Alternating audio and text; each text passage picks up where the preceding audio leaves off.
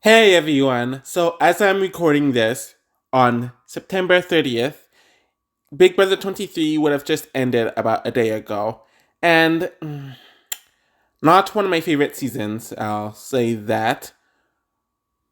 I like that we finally had a black winner, and as a black person, it was very nice to see a group of us get together, especially with all the stigmas within our community and outside of our community regarding that. But you guys aren't here for that.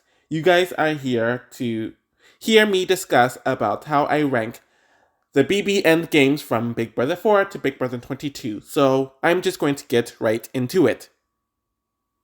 So at dead last is of course Big Brother 22. I'm not going to waste much words on this one, since the beginning portion of the season was a bore, and the middle portion of the season is a bore. So of course the end game, which is generally just boring in general since there's less people, is going to be even worse in a bad season like this. Tyler is target number one now that the Outsiders and the bottom tier Alliance members are out. Cody wins the HOH and he is nominated against Christmas, as they were the ones who tried to save David against Nicole. Nothing really interesting happens here and Tyler is sent home swiftly. Nicole finally wins a competition with this HOH as well as the veto and nominates Memphis alongside Christmas. Don't care to remember what happened around here, but obviously Memphis goes home. I think my interest in the season was already at an ultimate zero at this point, so I don't remember a whole lot about this week. Enzo wins HOH and nominates the women Nicole and Christmas. Cody wins the veto and sends Christmas home, since she's the only other person that he doesn't have a final to deal with. We all saw this coming from a mile away, and it was an entire week instead of 2 days like most Final Four rounds. Cody has two of his final twos in the final three, and he's debating about who to take, since he's the best competitor, and Nicole as well as Enzo are planning to take him to the final two. Since it's bros before you know what, and they're both male-centric Jersey dudes, Cody cuts Nicole, which many people acted like it was the biggest blindside ever and the most interesting thing that ever happened, since nothing interesting happened all season. You might consider this part to be entertaining, but as the final two questioning was happening, Enzo was losing his mind over the jury supposedly laughing at him. As everyone predicted, Cody won unanimously, which everyone could predict from the damn preseason portion. I most likely would not have put this last if each of these weeks were not so dragged out, where each round was an entire week, which hadn't been the case since the early seasons that had the sequestered jury format. Hint, hint for where that season will eventually place. At least most of the crappy recent endgames were spread up, but they went the BB4 route on this one. Hint for where that season will end up placing. Of course, the other season that had Cody in it is Big Brother 16, and like the last and maybe the last two videos, it is right after All Stars at 18th. The end game of the season started with the double eviction, where Derek wins HOH, nominates Christine and Victoria, Frankie wins the veto to not use it, and the expendable Christine is sent home, where she gets booted. Everyone saw this coming, but at least it happens in 20 minutes and not for an entire week. Because Big Brother felt the need to extend their seasons to damn near 100 days around this point in time in their history, they planned the rewind button twist, which just added another week to the schedule, since they wanted to get some more ratings for a longer period of time. Frankie wins the final 5 HOH, and is somewhat misled by the guys to go for an all-male final 4, so he nominates Victoria and Cody, with Victoria being the target. This is solidified once he wins the veto, but right as the eviction is about to happen, they are told that the week will be redone. Despite doing the same competitions over again, Frankie was not lucky this time, as Caleb ends up winning the HOH and Cody wins the veto. Frankie is nominated with Victoria, and he knows he's the target, so he threatens the other house guests on their way out to keep him, since he will taint the jury against them, but obviously it doesn't work. Despite sending Frankie home for them, Caleb thought that Derek and Cody were planning on taking him to the finals, but that does not happen when Derek wins HOH and Cody wins veto, where he is sent home over Victoria. Whoop-de-doo.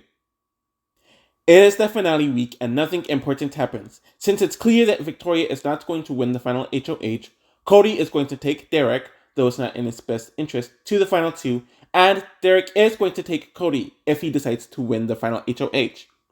A part of this was done because they wanted their alliance to be branded and to be monetized off of after the season ended, which, to be fair, it has worked as they have their own podcast and a bunch of other things 7 years later. Overall, Victoria is booted. Derek and Cody are in the final two, and virtually everyone realizes that Derek was the mastermind, though Cody thought that it was he and Derek that were equally masterminding the season. Anyways, Derek beats Cody in a 6-2 vote, and Cody got the other 2 votes from people who were more emotional and saw Cody as the nicer guy. Everyone knew how the season was going to play out from about week 3, though there were some that predicted it from beforehand. Not only was it just as boring as heck, with boring as heck characters, you can always tell when filler is added to the episodes, since there's no content in general, but they dragged out the endgame a lot longer than it needed to be with that stupid rewind week, which made things even worse. At 17th is Big Brother 13, and it really is disappointing to see where this endgame ended up since the middle of the season was actually very interesting in my opinion. Jeff is finally sent home in the last double, and Jordan is pissed off about it, and she yells at everyone who played a part in it. This was the one time where the newbies finally got it together and were ready to make a run for it together, which only strengthened when Porsche won the HOH competition. We all know about the wreckage that happened, with the Duo's twist being conveniently brought back for this week. Porsche being forced to open Pandora's box, and despite Rachel and Jordan being nominated, they were given the veto competition, which was the same comp that Rachel won the first HOH in the first week. So Shelly and Adam are forced to become nominees. Shelly is sent home, and they then tried to make it seem like her booting Jeff was the wrong move and was the reason why she was sent home. I did not enjoy anything that happened in this week. Everything from this point onwards is fast forwarded, and I'm honestly very thankful of it. Rachel wins HOH and knows that Kalia is her biggest and only threat really at this point in time. So Kalia and Porsche are nominated. Adam wins the veto and kills whatever newbie revival that we would have otherwise gotten, since he's still up the vet's butts. Very standard boot of Kalia. And she's actually doing very well now, so props to her.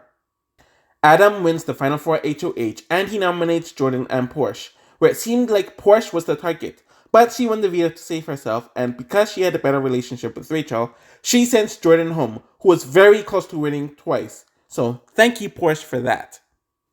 The final 3 is pretty standard, and it's clear that Adam is on his own, now that Rachel and Porsche only have one another, so he is easily eliminated. The vote is actually very close between Rachel and Porsche, but Rachel has the benefit of being a veteran, so that's 3 easy votes right there. And because Shelly didn't like or respect Porsche much, Rachel ends up winning. Danielle and Kalia voting for Porsche was a given, and Adam voting for Porsche shocked me, but I guess he saw her struggle as a newbie and related to that more.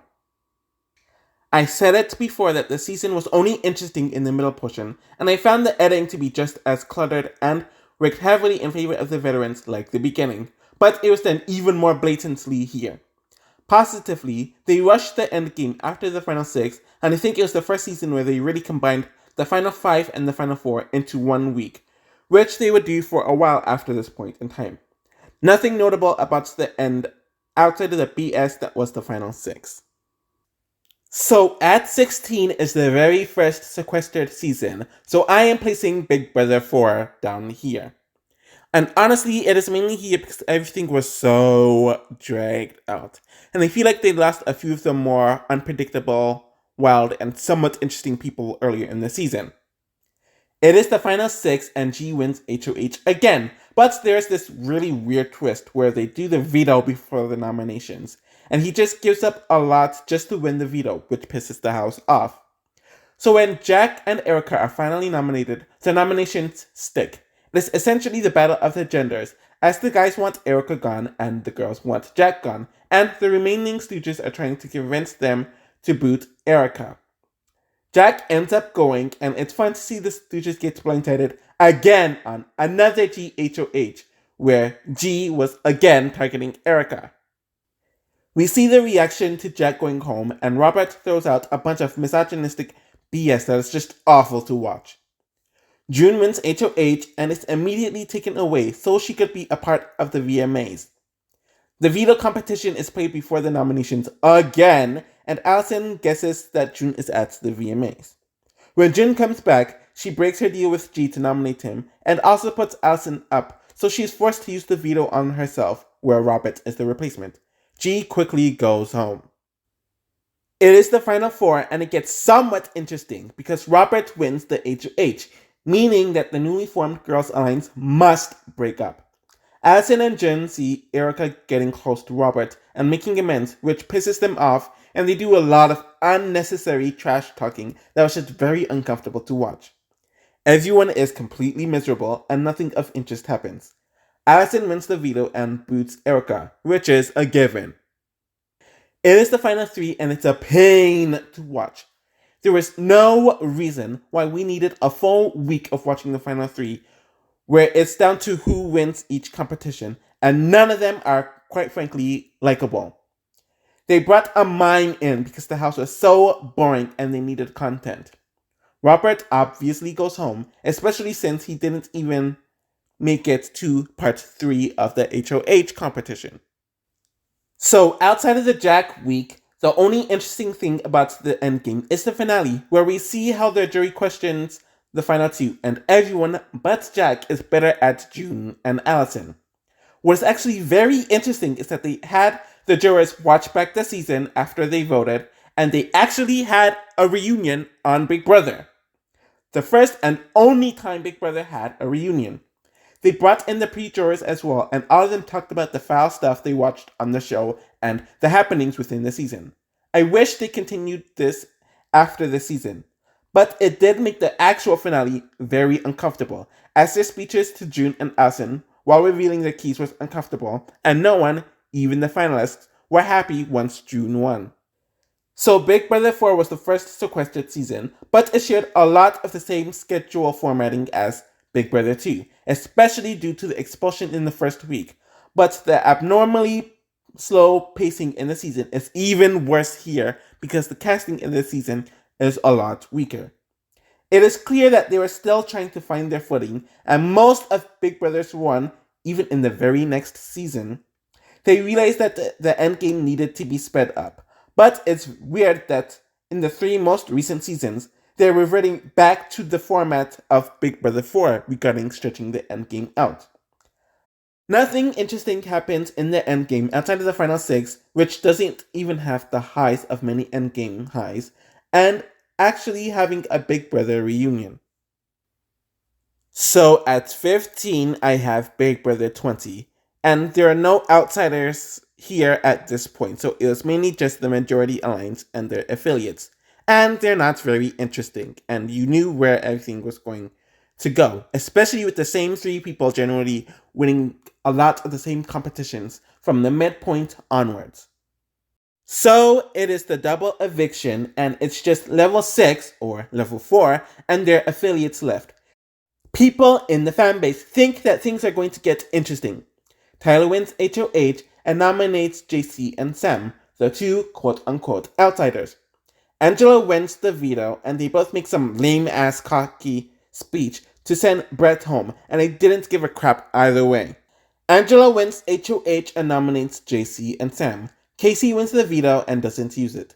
Nothing notable or memorable happens here, as Sam wanted to go home weeks ago at this point, and people stopped speaking to her in the house in general, so she went unceremoniously.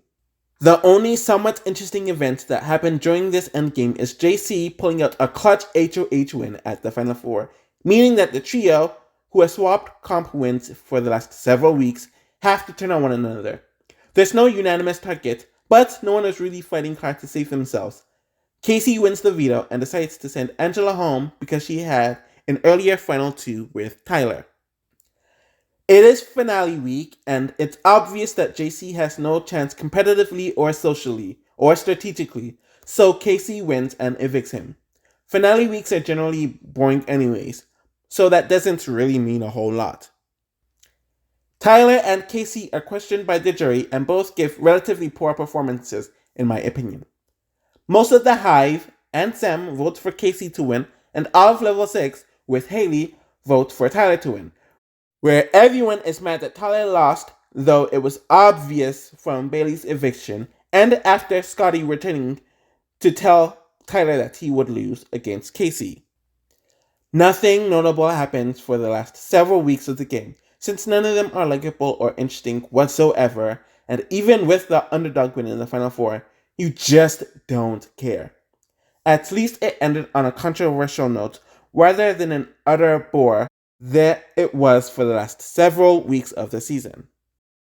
So, at 14th, I have Big Brother 19, and I'm honestly shocked that it's not a lot lower.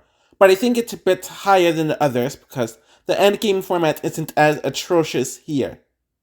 It is the second double eviction of the season, and Alex ends up winning the HOH. She nominates Kevin and Raven, Josh wins the veto to not use it, and Raven is sent home. Not much to take note of here. Josh wins the final 5 HOH and knows that he has to target Alex, so he nominates her against Kevin. Paul wins the veto, and it is not used, and Alex is booted here, where she is pissed off about it, but Paul lets it go to a tie for Josh to break. Paul ends up winning the final 4 HOH, and Kevin is the only person not in his final 3, so he is nominated against Josh, and Paul wins the veto to secure the nominations. Christmas obviously sends Kevin home here. Josh ends up winning the final HOH and sends Christmas home because he thinks he could beat Paul easier, which isn't true, but I don't even give a crap what happens up to this point. Over the last few weeks, they end up talking and showing that Josh is going to be the one to take Paul down and all this random jibble-jabble. And of course, we have Paul losing to Josh in a 5-4 vote, and it was funny seeing Paul's reaction. But Josh winning was also not satisfactory, but it did cause for some controversy, since the jury let it be known how bitter they were, and how a 5-person pact was formed between Cody, Mark, Elena, Alex, and Jason to not let Paul win. In general, nothing notable happens whatsoever until the very end, but at least most of the violence that filled the other 2 portions of the season were gone by this point. At 13th, I have Big Brother 12. While the other 2 portions of the season were still relatively boring in my opinion, there were still a few moments in both sections that kept things a bit interesting, but that is not the case here. Hayden wins the HOH competition during the double eviction and nominates Brendan with Reagan. I think Reagan was the actual target here, but I am not too sure on that. But it doesn't matter because Reagan ends up winning the veto. Brittany is nominated as the replacement, and Brendan is finally and swiftly sent home. Lane wins the final 5 HOH and targets Reagan, with Enzo being the pawn. Enzo is finally able to win the competition, though he is so arrogant about it, and Reagan is pretty miserable on his own, despite figuring out the large alliance. Hayden is nominated as a replacement nominee, and Reagan is easily sent home. Hayden wins the final 4 HOH competition, and of course he nominates Lane and Brittany. He also wins the veto and decides not to use it, since it is the only way to secure that the brigade ends up being the final 3. Brittany is told about the guys' alliance and how she essentially has no chance, which was a heartbreaking and memorable moment. Nothing notable happened in the final 3 whatsoever, but it was nice for them that the alliance accomplished their goal, and they were together for the final week. Hayden ends up winning the final HOH and boots Enzo. So Hayden does end up winning in a 5-4 vote instead of Lane, and the only thing I remember about the finale is Lane's horrible answers during the questioning, but the voting made it look a lot closer than it actually was in reality, since Brenton only voted that way because they are apparently tricked by Brittany. In general, nothing notable or memorable happens during the endgame of the season, outside of Brittany's reaction to revealing the brigade.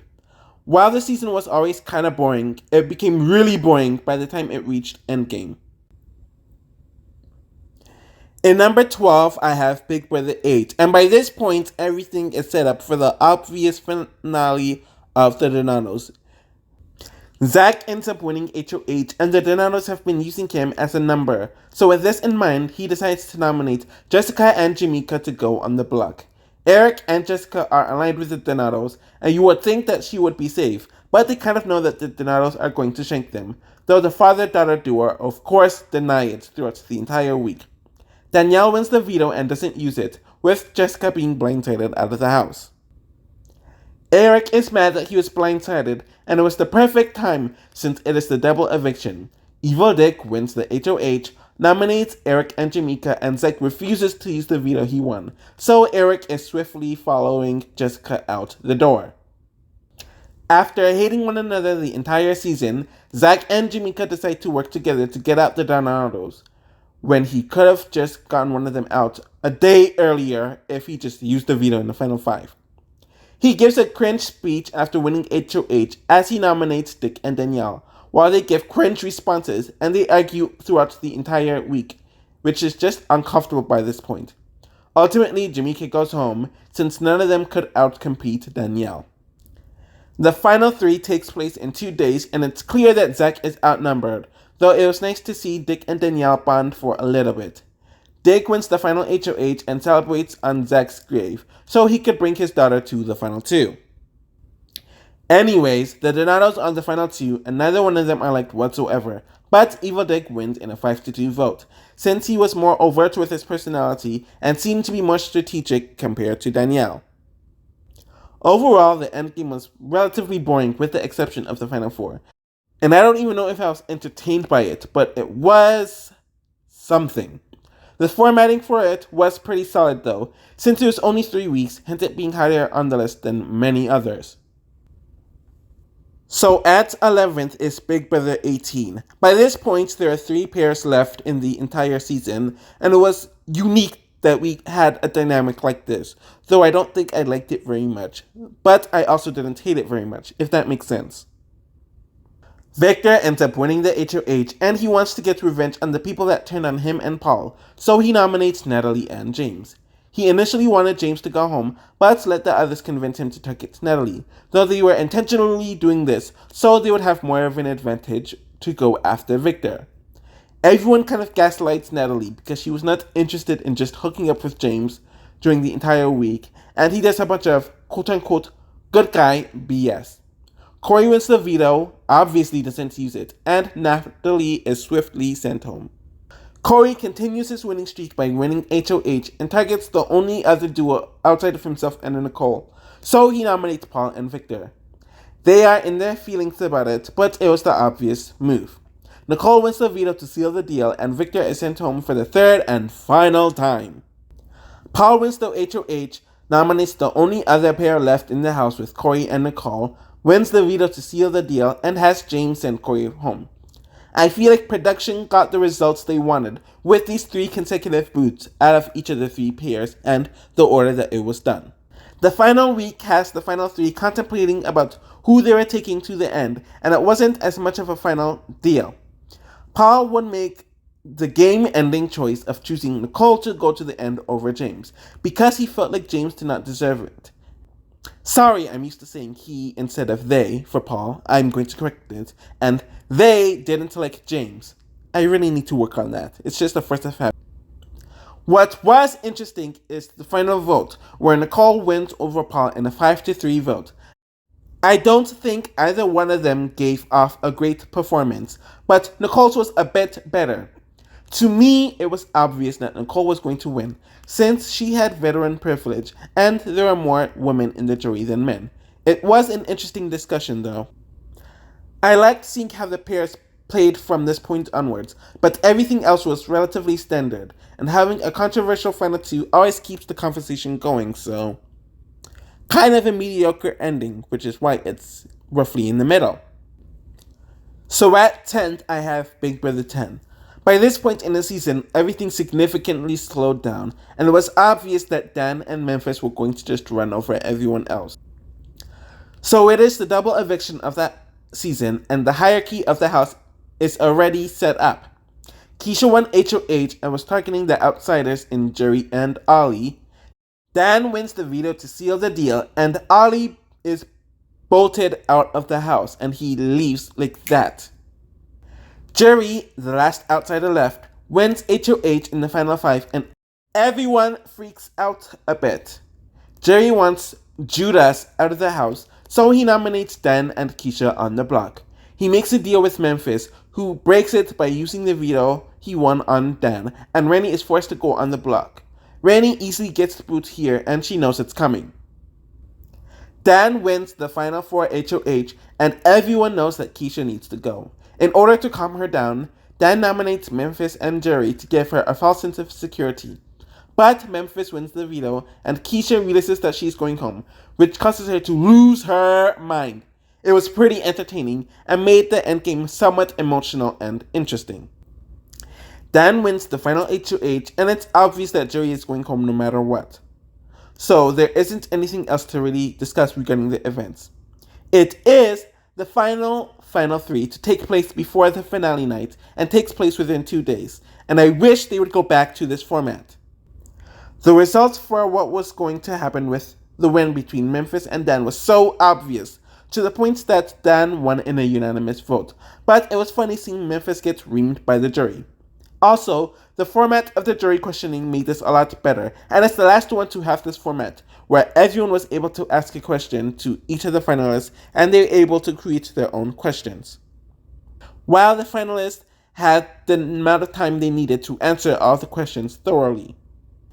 In general, the endgame was a complete steamroll, and things were getting boring around this point, but I think the formatting made it a bit more tolerable compared to more modern seasons, and there were a few interesting moments that happened, mainly in the final 5 and the final 4.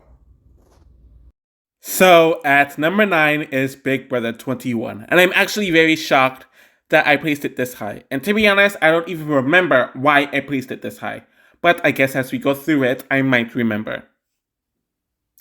It is the double eviction of the season, and Nicole finally wins HOH, where she decides to target Christy and Tommy.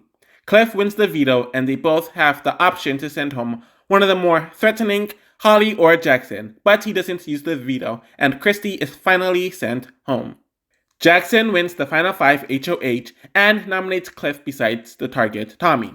Nicole wins the veto and decides to use it on Cliff, forcing Jackson to nominate Holly as a replacement, since there's no one else. Tommy gives his best campaign to stay in the house, and Jackson decides to fight back against Tommy's campaign. It causes for a few interesting arguments that happen during this point, but it still ends up with Tommy getting evicted. Easily the only interesting thing that happens in the endgame, and was the first instance of them dragging out the endgame, but it worked here. Nicole wins the final 4 HOH and nominates Jackson and Holly, but we all know the POV decides everything with the final 4, and Jackson wins the veto to obviously boot Cliff. The final 3 results was very obvious and predictable, with Nicole not even having a shot to go against Jackson and Holly, so they easily evict her. Jackson and Holly are the final 2, which was very predictable after the final 9 or final 8, and Jackson obviously wins, because they respect his aggressiveness and his outwardness, and felt like Holly became a bit too passive. Their dynamic with one another made the endgame very hard to watch with their toxicity, but the final 5 was the only time where I actually had actual suspense and something interesting actually happened. This was also the first season in a while where they started to extend the endgame, and it worked okay here, though I wish it was something they didn't decide to do. So at number 8 is a very similar season, and that similar season is Big Brother 15. Of course, it had better formatting than Big Brother 21, and the same toxic cast, essentially, but I feel there's a bit more interesting gameplay here. So here is the second double eviction of the season, where Outcast McCrae won HOH, and he is tricked by the exterminators to target Alyssa, and nominates Gina Marie as a pawn. Alyssa does not take this well at all, and Judd refuses to use the veto on her, which causes her to be very sad and mad as she leaves the house. The way Andy worked this was very interesting, and was one of the last times something somewhat interesting happened in a double eviction. Spencer actually wins HOH and obviously targets McCrae, with Gina Marie being the pawn against him. McCrae ends up winning the veto, forcing the exterminators to turn on one another. They realize Judd is the most expendable, so they send him home. Andy wins the Final Four HOH, Andy wins the Final Four veto competition, and obviously keeps his nominations of Spencer and McCrae the same. Gina Marie sends McCrae home easily from that point. Nothing interesting happens here from this point onwards, since it's obvious that Andy is going to win no matter who he is next to. He wins the final 3 HOH and boots Spencer, since he's a better speaker than Gina Marie. Gina Marie gives some of the worst answers ever in a jury questioning, and Andy obviously kills it. So he obviously wins in a 7-2 vote. This was also the first season where we have 9 jurors, and I don't think it helped the show at all. Actually, I think it hindered the show from this point onwards. Overall, it was kind of a steamroll where the only somewhat interesting events happened in the final 6 and the final 5, but it was nowhere near as toxic. It was still a bit toxic as the other 2 portions of this season. At number 7 is Big Brother 14. It is this high because a lot of interesting stuff happens, and I like that they sped up the endgame, but it isn't as high as many people probably expect because it's mainly one person carrying the endgame. Dan wins his only HOH competition this season and nominates Ian and Joe with the actual intention of sending Ian home. Ian wins the veto and doesn't realize how close to eviction he was. Dan decides that this would be a great time to get rid of Shane, but Danielle doesn't bite the bullet. He nominates her beside Joe, and Joe ends up going home. Ian wins the final 5 HOH, which means that Dan has to direct his target to Shane, especially when Ian nominates Jen and Shane. Unluckily for Dan, Shane ends up winning the veto, and Danielle is nominated against Jen, causing Dan to be forced to vote out Jen. It is the second time where he doesn't get his way in the endgame.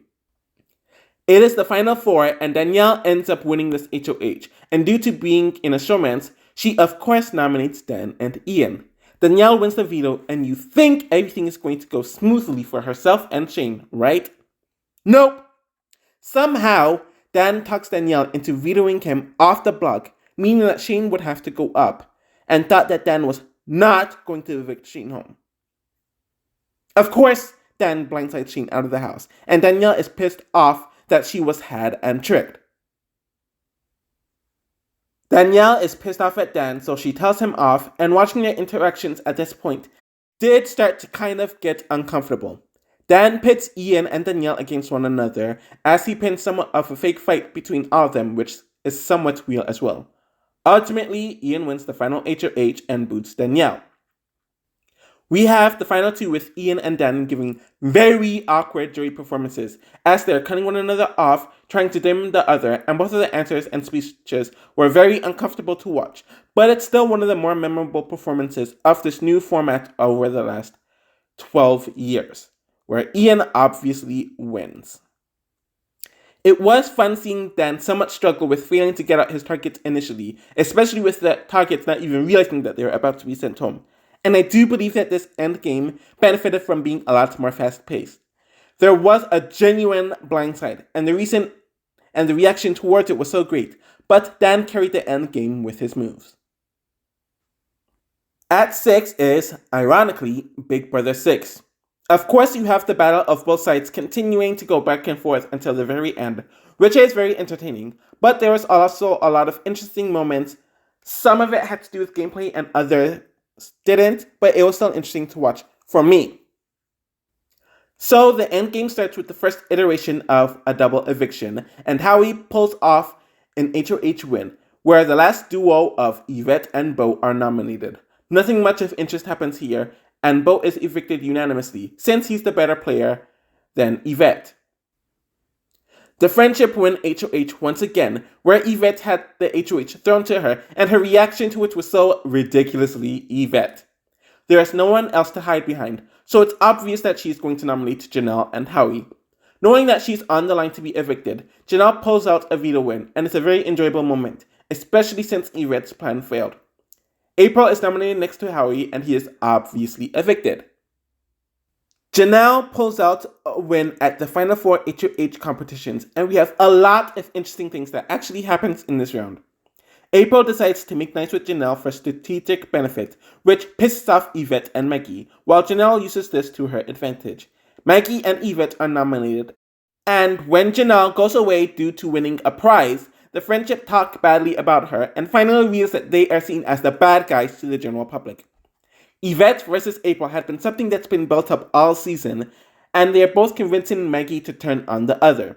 Yvette knows that she will most likely be sent home, so she wins the veto, and April is pissed off about how Yvette reacted to it. The two of them go back and forth, and it was really interesting for me to watch them fight about how their friendship was not really much of a friendship, and seeing them go at one another was very fun. April is booted here. The final three happened, and Janelle is trying everything she can to get Yvette to take her to the final two, and to not play for a Maggie win. It seems like Yvette is considering it, but she never really does. Even when she could have done the HOH, she decides not to. Maggie didn't really have to do much either way, and Yvette takes Janelle out, as it's something she wanted to do since week 1.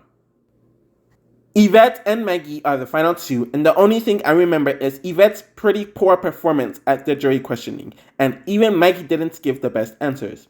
What is shocking to me is that Maggie only won in a 4-3 vote, and there has since been some speculation that someone actually voted the wrong way, and that Yvette was supposed to win. Overall, there was some twists and turns with the endgame of BB6 that kept it from not being predictable, but it isn't really the most exciting outside of the final 4 round, but it really was a great round. Everything else is watchable and not a bore, so I think it's a good but not great endgame. At number 5 is Big Brother 9, and I'm really shocked that I ended up putting this endgame this high, since it wasn't something that I was expecting, and in general, if you look at the hierarchy of the cast and the dynamics, it was kind of predictable at this point. The final 6 round has Adam winning HOH again, and for some reason, he felt sorry for James, so he nominates Sheila and Sharon instead, which causes for his entire alliance to flip out on him, since there is a chance of James winning the veto to use it on Sharon, and they have to send someone from their alliance home. Sheila is especially pissed off, but it all doesn't matter once Ryan wins the veto to save Sheila, and James is put up as a replacement. He is really dead on arrival, but Natalie's double dealing starts to bite her in the butt around here. Sheila ends up winning HOH once the entire house gets Natalie to drop, since no one trusted her at this point. Sheila nominates Sharon and Adam, which was payback for last week, and she needed a pawn anyways. Adam wins the veto to take himself off the block. Natalie is put up, and she thinks she's a pawn to send Sharon home.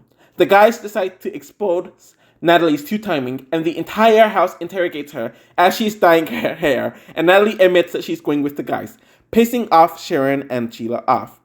Sharon and Natalie then have their own argument, and Ryan and Adam decide to make the vote a tie, so Sheila can get blood on her hands to break the tie in order to send Natalie home. Ryan is pissed off that Adam told Natalie during the vote that he voted to keep her, since he was throwing Ryan under the bus, causing for the 2 guys to go at one another for a bit throughout this round. Ryan wins the HOH and veto and decides not to use it. He wants to send Sheila home, but is pressured by Adam to send Sharon home, which was his other final 2. Nothing of note really happens in the final 3, since it is clear that Sheila is going to fail at the comp, so Ryan wins the final HOH and sends Sheila home. I'm sure Adam threw this because he did not want to have to do the dirty work to send Sheila home, though she sees right through it.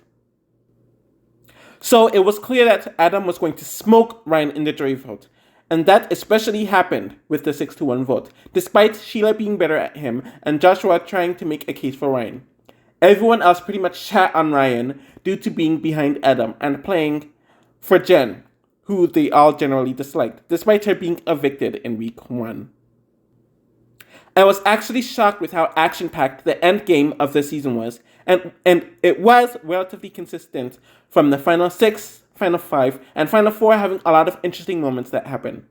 Big Brother 9 is actually kind of underrated, and if it wasn't for the horrible beginning, I think it would have held in a better regard and it would be better remembered. At number 4, I have Big Brother 17, and this season is the prime example of it starting off great, getting boring in the middle, and getting better in the end. All the outsiders from the other side are gone at this point, and it's just the Stamper Squad and John that is left. Steve wins HOH and decides that he has to target the Oz twins to have a chance at winning the game for himself. So Austin and Liz are nominated. They are all sad and pissed off, and Vanessa is able to get Julia to turn against Austin in the veto comp. Him and Liz were trying to throw it to Julia so Vanessa could be put up and sent home. But Austin wins the veto anyways. The twins lash out at Austin, and Julia is pissed off that she was tricked. Julia goes up and pulls a clay where she wants to be sent home over Liz. Vanessa wins HOH and nominates Steve and John to target John, if I remember correctly here. But he ends up winning the veto, and Austin is put up as a replacement nominee. Him and Liz think that he's going to be safe, though she built a decent rapport with the other two prior, in the case of needing to split up the Oz twins. It is a tie vote, and Vanessa sends Austin home, where he leaves without his socks, shoes, and packing, and he lashes out at Vanessa, which was hilarious, and he had it coming, in my opinion. Nothing notable happened in the final four from what I remember. Steve wins HOH, nominates John and Vanessa. Steve was trying to get Vanessa out. Vanessa wins the veto and sends John home over Liz, which is the best move for her game, so yeah. It also took place in 1 to 2 days, so it was quick and there wasn't much time for there to be anything interesting that happened. Nothing really memorable happened in the final three from what I remember, outside of everyone promising to take everyone to the end. Steve and Vanessa are the only two left to compete in the final HOH competition, but Steve pulls out the final win and boots Vanessa, and you could tell she was so pissed off, but she put on a good face.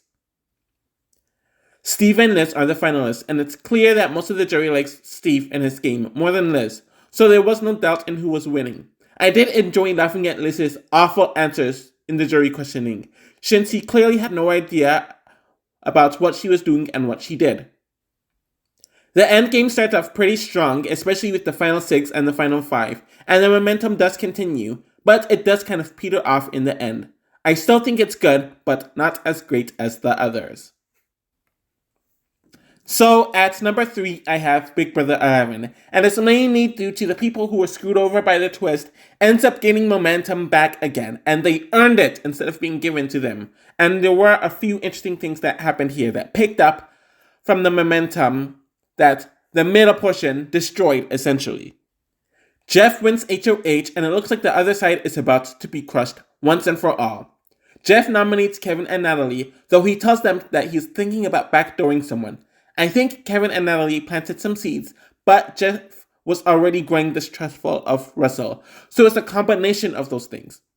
Jeff wins the veto and thinks he has a final 4 deal with Natalie and Kevin, so he vetoes Kevin off the block and nominates Russell, who does not take it well. He goes after Jeff and Jordan a few times throughout the week, and it is entertaining, but he is so dead in the water. Kevin wins HOH in the final 5 and decides to nominate Jeff and Michelle, with Jordan thinking that Michelle is the target. Natalie gaslights Michelle, and with no one having her back at this point, Michelle wins the veto to save herself. Jordan is nominated, and Jeff thinks that he is staying, as well as Jordan thinking that she is going. Kevin coldly breaks his word to cut Jeff, as he is the tiebreaker vote, and I was kind of here for it. Natalie finally wins the competition, and she becomes the HOH here, so she decides to dress ridiculously and makes a very poor nomination speech against Michelle and Kevin, to try and cause people to think that she is after Kevin, though no one believes it. Kevin wins the veto, and even he starts getting annoyed with Natalie, and despite Michelle's best efforts to campaign to Kevin, she is sent home and makes a passive-aggressive remark at him while leaving. They decide to change the format of the final 3 here, as it's the first season where they make the third part of the final HOH and the last eviction to take place on finale night. Kevin planned on booting Natalie at third, which shows how off his read was, but Jordan had enough sense to know that she needed to cut Kevin, and she did once she won the final HOH competition. Due to the format of the finale now changing, the jury discussions happened in the final 3 instead of the final 2, and the jury questioning only lasts about 10 to 15 minutes at most, where each juror is given a question to ask one of the finalists. And the questions are scripted too, so the banter and information is just not there. It also doesn't help that Natalie and Jordan give poor answers too, which isn't even really funny to overcompensate for it. Jordan winning was less than satisfying in my opinion. So the endgame actually held up pretty well, especially compared to the meta portion of the season, and I liked how Kevin and Natalie fought back to regain power closer to the end. My thing is, the final two was pretty disappointing, the winner was even more disappointing, and I think we would have had a stronger ending had they kept the older jury format as well, but everything is relatively fine to good. The silver prize goes to Big Brother 7, otherwise known as Big Brother All Stars 1. I mentioned in the past that the male portion really stands out to me, and while I didn't care for the endgame as much as the male portion, it is still relatively strong as well. James was just evicted and Danielle is steaming mad, to the point where she can't hide it, and her playing cool meant that she was hinting to Will that she was going to get him out. Erica wins HOH and hugs Danielle to tell her that she is safe, but Erica is also working with Chilltown and showmancing Mike. She nominates Janelle and Chicken George, and her HOH is a mess once Janelle wins the veto. Danielle is trying to convince her to nominate Will, Chilltown is trying to convince her to nominate Danielle, and it was Will who got his way. Danielle melts down once Erica tells her she's going up, and it was great but saddening to watch as well. Chilltown tells her that she is safe, but Danielle knows she's a goner here. We have the first iteration of the modern double eviction, where two people go in a single day. Janelle wins HOH and nominates Chicken George against Erica. Will tries to win the veto to send Erica home, but he snaps his finger, and Erica is able to pull out the win. Janelle then nominates Mike, and Chicken George ends up going home swiftly. Buggy wins the final four HOH and makes the move of bros before HO, you know the rest. So he nominates Erica and Janelle, not really caring who goes between the two, but I'm sure he wants Janelle to go. That does not happen, since Janelle ends up winning the veto. Will is forced to be nominated, and him toeing the line of flirting with Janelle and doing more ends up biting him in the butt here, since she feels used and she had a long talk with Erica about how the two of them were being played all season. It was a nice moment to see them come together, and for Will and Chilltown in general to get their, mainly Will's, comeuppance. Erica and Janelle are now against Boogie, but he decides to give up the first part of the HOH, which does end up distracting Janelle, so she loses out on it too, and Erica ends up winning part 1 by accident, right when she was about to throw it to Janelle. Erica and Boogie make up, despite him calling the girls a bunch of B words, so on and so forth. And when Janelle loses part 2, it's clear that she's getting evicted, and Erica is going to throw part 3 to Mike. The final two isn't very good, since it's of someone who arguably shouldn't have been there anyways, and the other person is an unmemorable person from that era. I did not like how Erica was treated during the final two, especially with how she was shamed and humiliated, but her game was not good, and while I don't like Mike, he did deserve to win. The SLU, you know what?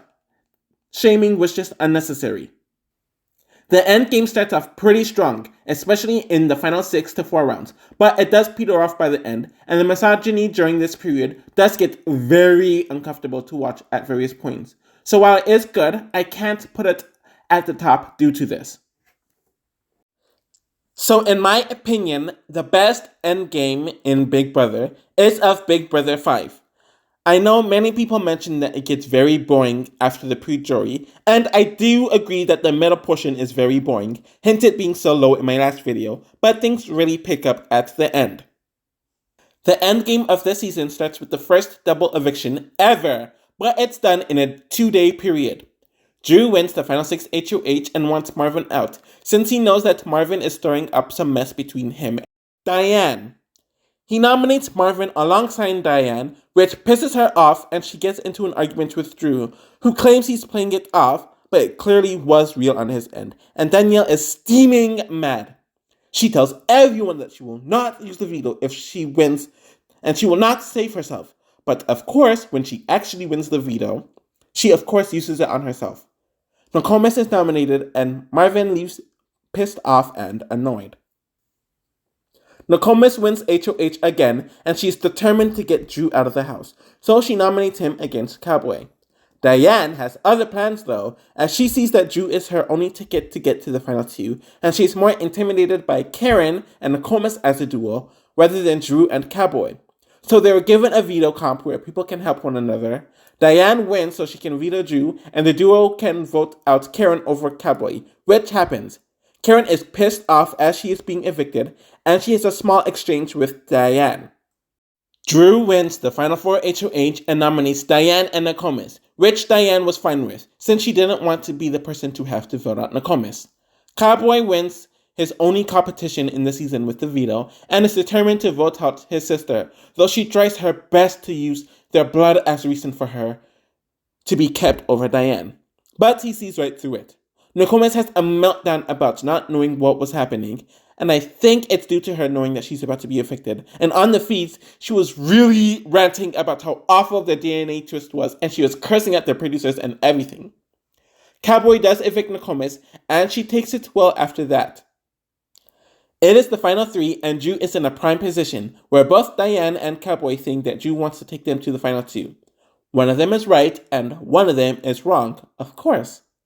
Drew, of course, wins the final HOH competition, and Diane did not realize it, but her fate was sealed once she lost part 2 of the final HOH, since Drew got scared with her talking about jury votes, so he decides to cut her himself, and she is heartbroken by it. We have never seen anything so brutal like this to this point, and even still, someone cutting their own romance is still very rare, 17 years after Drew did it to Diane. Drew and Cowboy are the final two, and the vote is closer than most people would have expected. Drew gets some heat for potentially using Diane, Cowboy gets heat for potentially being racist, and I think it was a good jury roundtable questioning, where both got their heat and pressure, and it was easy to laugh at Cowboy and his horrible performance. Of course, Drew ends up winning against Cowboy, though the two finalists are not the most ideal in my opinion. I'm glad that the Endgame started picking up around here, since the mid-portion of the season was starting to drag.